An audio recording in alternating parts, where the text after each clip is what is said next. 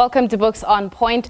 It's been in existence since the 1500s, but the Kaaps language, synonymous with Cape Town, has never had a dictionary until now. The Trilingual Dictionary of Kaaps has been launched by a collective of academic and community stakeholders, the Center for Multilingualism and Diversities Research at the University of the Western Cape, along with the hip-hop-driven community NGO Heal the Hood Project. For more on why this matters, we're joined by Professor Quentin Williams, who's a director at the Center for Multilingualism and Diversities Research within the University of the Western Cape. Prof, thank you so much for your time. Perhaps give us a brief history here on the origins of Kaaps as a language. Yes, it's very important that you point out that it is a language. It does go far back to the 1500s. It's a pre-colonial language that came about through a confluence of language contact and spread situations with the Khoi and San, the enslaved Malay, the slaves from Batavia, and also contact with the Portuguese and of course the English speakers and other speakers throughout Africa that migrated here.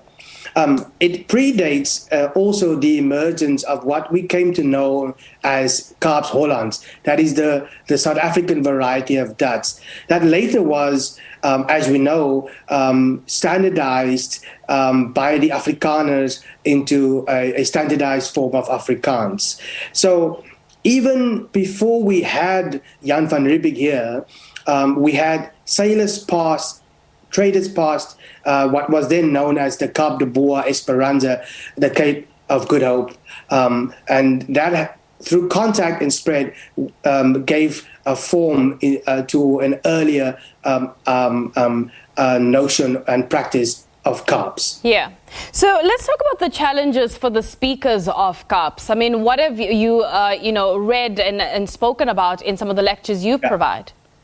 Yeah, it's very important. A lot of the challenges that Kaaps speakers have to deal with is that many of us still think of it as a dialect of Afrikaans. Now, because of that, we still think that it is used in informal settings, even though we know poets and writers of novels and novellas have written in Kaaps since the 1960s and even before that. Now, if we say Kaaps is a dialect, the idea of empowering Kaaps speakers stop there. But if it's a language, we can then move forward and get rid of all the negative stereotypes that we know Kaaps speakers have to deal with. We think of Kaaps speakers speaking a gangster type of language just because, or it so happens that their bilingualism and multilingualism have a few words or some words from the number gangs language.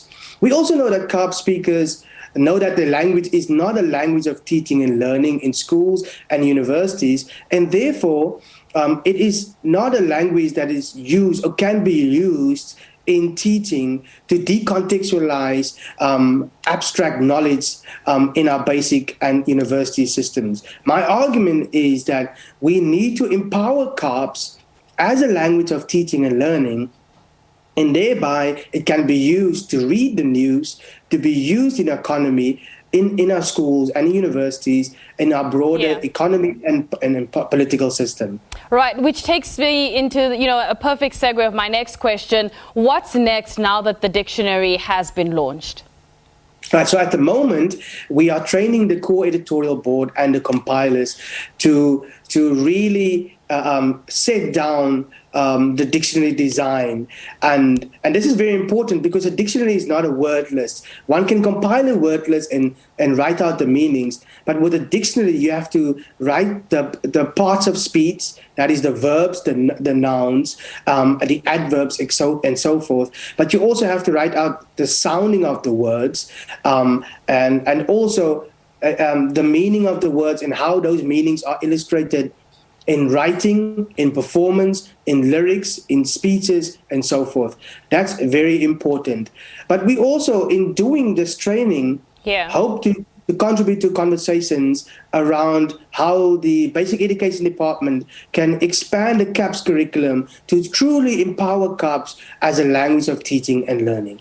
All right, Prof, thank you so much for your time and all the best with the goals and aims of this dictionary project. That is Professor Quentin Williams, who's the director at the Center for Multilingualism and Diversities Research within the Universities of the Western Cape.